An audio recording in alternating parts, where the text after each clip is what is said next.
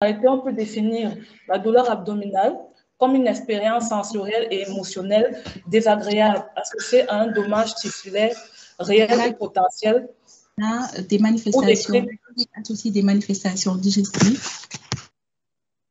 Ou décrites en termes d'un tel dommage au niveau de la cavité abdominale. Elles peuvent être aiguës, d'installation récente ou chronique, spontanée ou provoquée. Selon appelé, une douleur chronique ou récidivante est définie comme 3 crises douloureuses depuis au moins 3 mois qui perturbent l'activité de l'enfant. Comme intérêt épidémiologique, c'est un motif fréquent de consultation concernant aussi bien les garçons et les filles en âge préscolaire.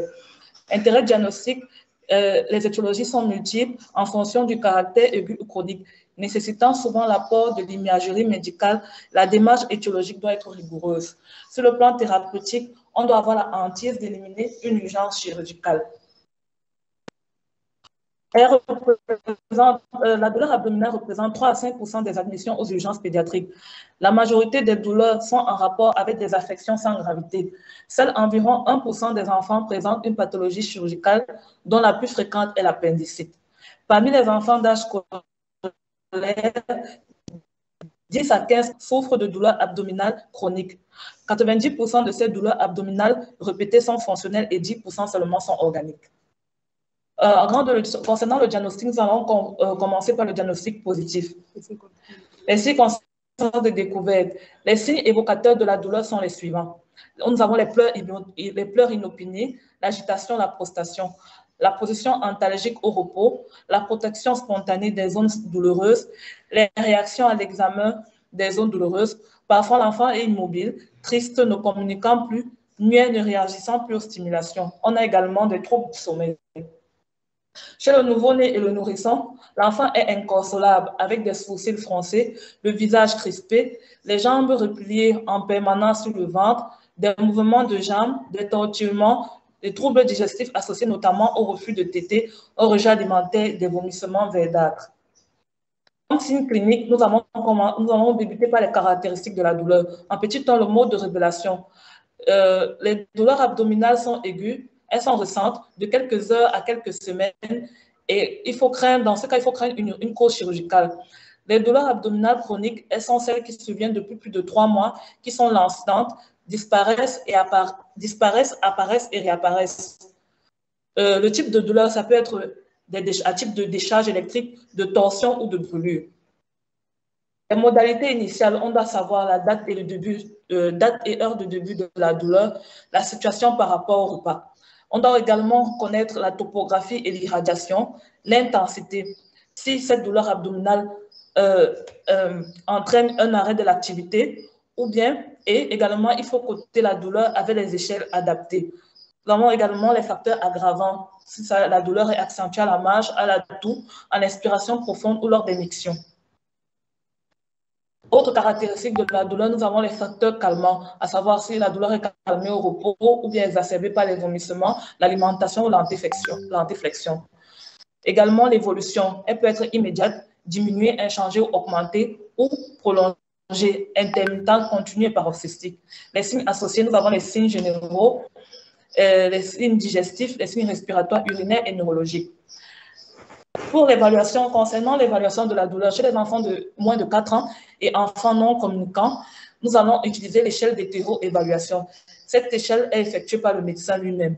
Entre 4 à 6 ans, nous allons utiliser les deux échelles d'auto-évaluation. Chez les enfants de plus de 6 ans, nous allons utiliser l'auto-évaluation. Ici, nous avons le schéma de l'auto-évaluation qui est concernant l'échelle des visages, l'échelle des 6 visages modifiés.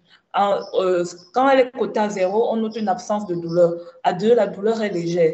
À 4, la douleur est modérée. À 6, la douleur est intense. Et entre 8 et 10, la douleur est très intense. L'échelle visuelle analogique, elle est cotée également entre 0 et 2, on ne note pas de douleur. Entre 3 et 4, la douleur est faible. Entre 5 et 6, la douleur est modérée. Et entre 7 et 10, la douleur est forte. Pour l'hétéro-évaluation faite par le médecin, il utilise un chronogramme pour pouvoir noter la douleur de l'enfant à travers l'expression vocale ou verbale, la mimique, le mouvement, les positions et la relation avec l'environnement. Cette échelle d'hétéro-évaluation est notée sur 15. Le diagnostic de retentissement sur le plan psychosocial, l'état général et la qualité de vie, si l'enfant continue de jouer à l'école, si on note une perte, si on a noté une perte de poids, un trouble de sommeil ou de l'appétit. Sur le plan émotionnel, on a des mimiques, on a des cris, on a des pleurs, on a une crispation, une agitation. Sur le plan neurovégétatif, on note une tachycardie, une hypertension, une tachypnée ou des sueurs. Comme élément de gravité, on a une hémorragie digestive, des troubles hémodynamiques, des chocs septiques, la contracture, le syndrome oppulsif et l'omnibulation.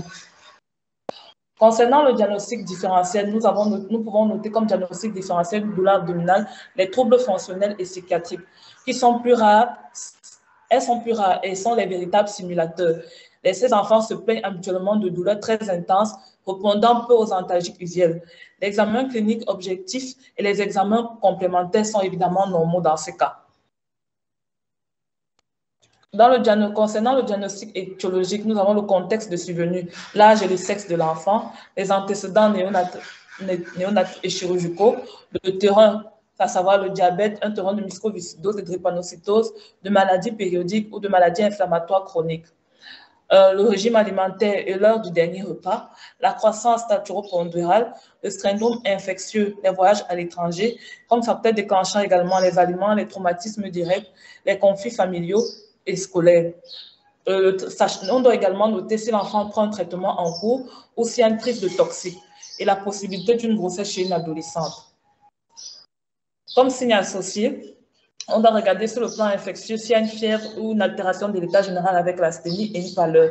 Comme signe digestif, on a la soif, on a l'anorexie, on a les vomissements, la diarrhée ou la constipation.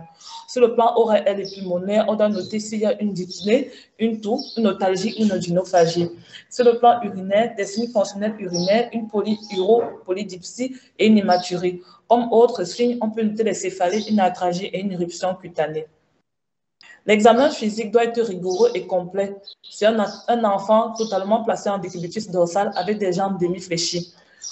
À l'examen général, on doit noter les constantes, on doit codifier l'état nutritionnel et noter la perte de poids.